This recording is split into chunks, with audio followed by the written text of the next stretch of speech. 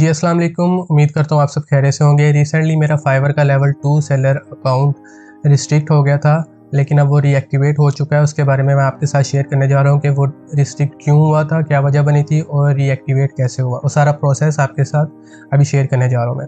11 अप्रैल ईद का दूसरा दिन था। सुबह को मैं बिल्कुल अपना अकाउंट ठीक छोड़कर सोया था, लेकिन जब मैं शाम को उठा तो मैंने देखा कि मेरा अकाउंट रिस्ट्रिक्ट हो गया और अंडर रिव्यू है।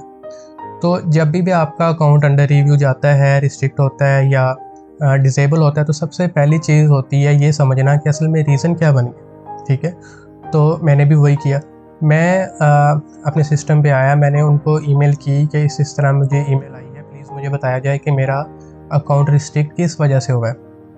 ठीक है, वो उस ईमेल का उनका मुझे जवाब आता है कि आपका अकाउंट इस वजह से रिस्ट्रिक्ट हुआ है कि आपने किसी को एग्री किया है कि मैं आपके लिए फ़ेक डॉक्यूमेंट जो है वो एडिट करूँगा। तो अब क्या था कि मुझे रीज़न पता चल गई। रीज़न जब आपको पता चल जाती है, उसके बाद पता चलवाना होता है कि क्या वाकई में मैंने ये गलती की है या इनको मिसअंडरस्टैंडिंग हुई है।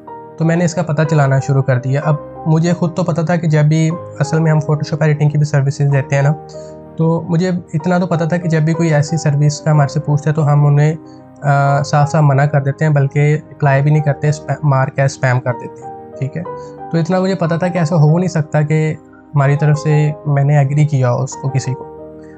तो मैंने अपनी पिछली 24 घंटों की चैट्स भी सारी पढ़ी, किसी में भी ऐसा कोई क्लाइंट नहीं आया था जिसको मैंने एग्री किया हो इस तरह के काम पे।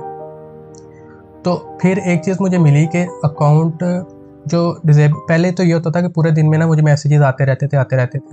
उस दिन जो लास्ट मैसेज आया था ना मुझे, वो आया था कोई तकरीबन 10:27 के अराउंड सुबह को।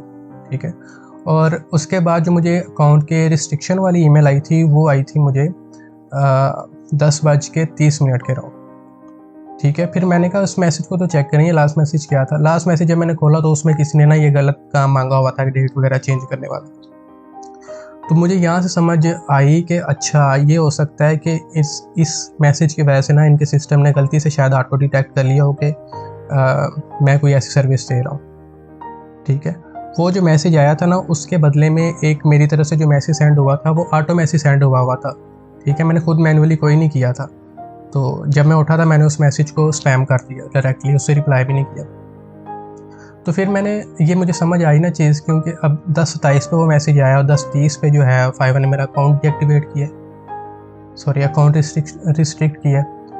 तो अब ये मुझे समझ में आ गया कि शायद यही वो मैसेज है, वो जो रीज़न बनी है। तो फिर मैंने फाइवर को सारा सीन समझाया कि भाई मुझे ये लगता है कि आपके सिस्टम ने ऑटोमेटिकली कुछ ऐसा डिटेक्ट कर लिया, क्योंकि लास्ट मैसेज जो आया मुझे ये आया था और ये 10:27 पे आया था, और आपके सिस्टम की तरफ से मुझे जो ईमेल आई है वो 10:30 पे आई है।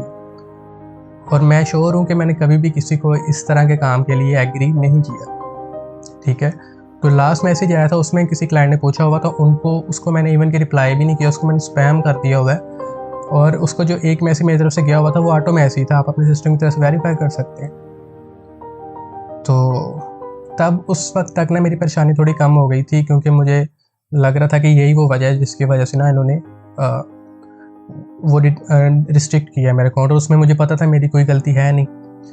तो उसके बाद उनका मुझे रिप्लाई आया है कि आपका ना अकाउंट रिव्यू होगा और इस रिव्यू को 60 डेज़ तक लग सकते हैं।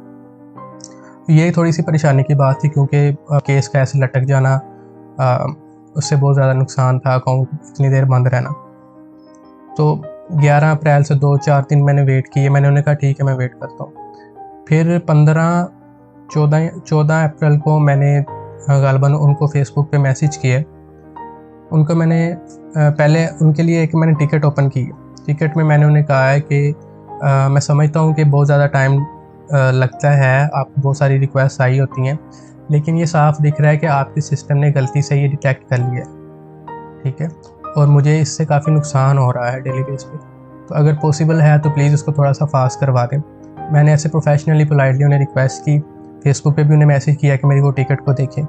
तो शायद उस टिकट के उसी मैसेज की वजह से क्या हुआ कि ना उन्होंने 15 अप्रैल को मुझे ये ईमेल भेज दी कि आपका अकाउंट जो है हमने रिस्टोर कर दिया। तो ये वो रीज़न थी और इस तरह से ये अकाउंट रीएक्टिवेट हुआ।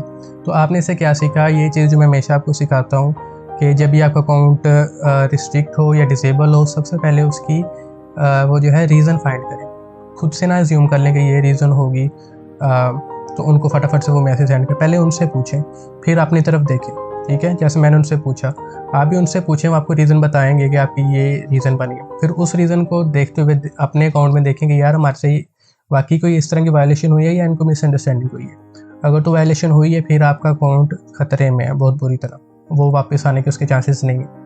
लेकिन अगर आपको लगता है कि उनको मिसअंडरस्टैंडिंग हुई है, तो फिर अगर आप पोलाइटली और प्रोफेशनली उनके सामने पेश करते हैं अपना केस, तो चांसेस होते हैं कि आपका अकाउंट रीएक्टिवेट या रिस्टोर हो जाए। बिल्कुल इसी तरह मैं केस को देखता हूँ। जब भी कोई मेरे पास केस लेके आता है अपने अकाउंट डीएक्टिवेशन का या अगर किसी का रिस्ट्रिक्ट हो गया हो, तो यही चीज़ें मैं भी देखता हूँ, ठीक है।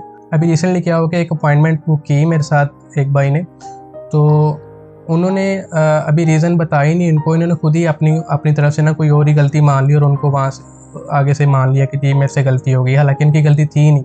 तो खैर वो हमने रिक्वेस्ट की हुई है, इनकी गलती थी नहीं, उम्मीद है वो भी इनका अकाउंट रीएक्टिवेट हो जाएगा। तो उम्मीद करता हूँ इस वीडियो ने आपकी नॉलेज में कुछ ना कुछ इजाफा तो ज़रूर किया होगा। मिलते हैं अपने नेक्स्ट वीडियो में, तब तक के लिए ख्याल रखिएगा अपना और अपने इस चैनल का भी।